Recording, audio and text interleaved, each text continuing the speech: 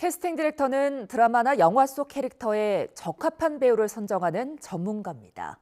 그런데 작품의 필수적 역할을 가는 캐스팅 디렉터의 현실은 참담했습니다. 강내리 기자가 단독 보도합니다. 올해로 14년 차에 접어든 캐스팅 디렉터 김모 씨. 치즈 인 더 트랩 등 다수의 인기 드라마 출연진 캐스팅 작업을 해온 베테랑입니다.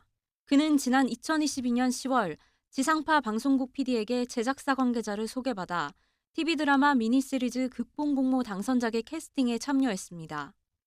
1년 넘게 국내 매니지먼트사 30여 군데와 미팅을 진행했고 이 과정을 PD와 제작사 관계자에게 보고했습니다.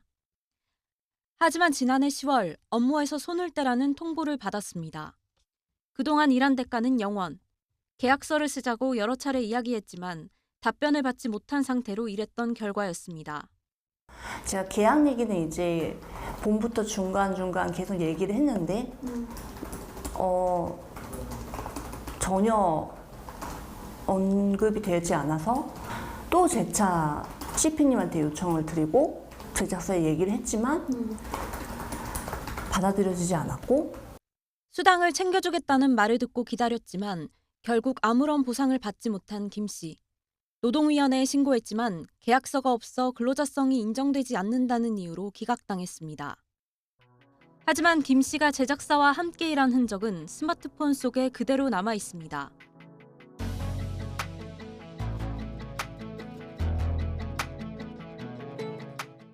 결국 김 씨는 지난 3월 제작사를 상대로 8천만 원 규모의 민사소송을 제기했습니다.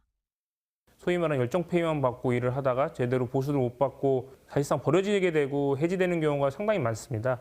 그래서 지금 이 사건의 원고는 이제 캐스팅대로서 수십 년간 일한 경력이 있는 분임에도 제작사에서 작성을 안 해줘서 결국은 이렇게 소송까지 하게 되었는데 제작사는 방송사의 제작권 계약을 아직 따내지 못했기 때문에 비용 지출이 나갈 수 없다는 입장입니다.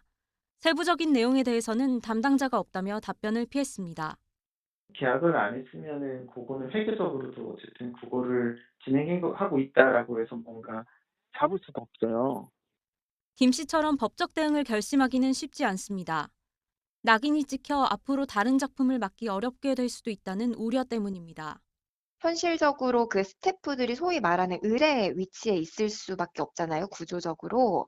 뭐 그 계약서를 현실적으로 좀 작성하기 어렵다면 그냥 서로 상호 약정했던 뭐 조건만이라도 서면으로 간략히 정리해 둘 수 있는 그런 조치들은 전 세계의 주목을 받고 있는 K 콘텐츠.